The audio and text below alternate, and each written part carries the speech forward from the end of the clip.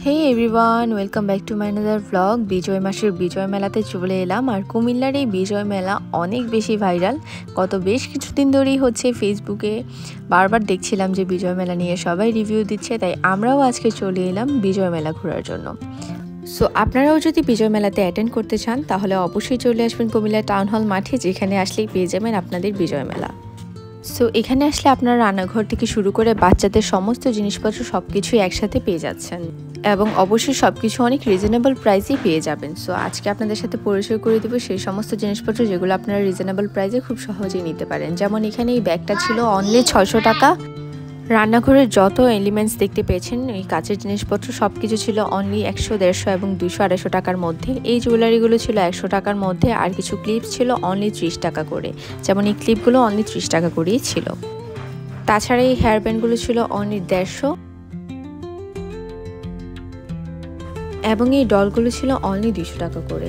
তাছাড়াও পেয়ে যাবেন এখানে বিভিন্ন রকমের কুন্দনের জুয়েলারি এবং গোল্ড প্লেট জুয়েলারি, এবং এগুলোও ছিল ভীষণ রিজনেবল প্রাইসের মধ্যে।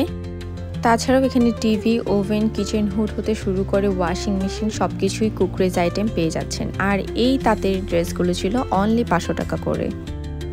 সো আর দেরি না করে সবাই খুব তাড়াতাড়ি চলে আসেন। আর মাত্র অল্প কয়দিনই মেলাটার বাকি রয়েছে, কিন্তু আমার মতো কেউই 500-1000 টাকা নিয়ে বের হয়ে ভুল করবেন না, কারণ আমি এখানে গিয়ে ভীষণ আফসোস করেছিলাম।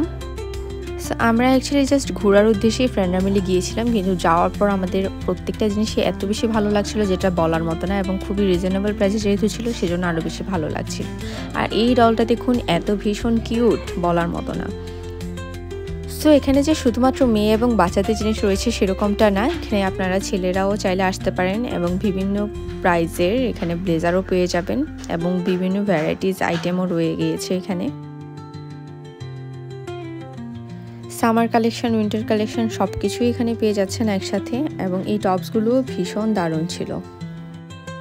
সো এখানে যে জিনিসটা পাচ্ছেন না সেটা হচ্ছে চটপটি আর ফুচকা, এটাকে আমরা বেশি মিস করেছিলাম। কিন্তু তাছাড়া এখানে আচারও রয়েছে, এবং যারা গাছপ্রেমী বা প্রকৃতিপ্রেমী আছেন তারাও এখানে আসলে বিভিন্ন ধরনের গাছও পেয়ে যাবেন।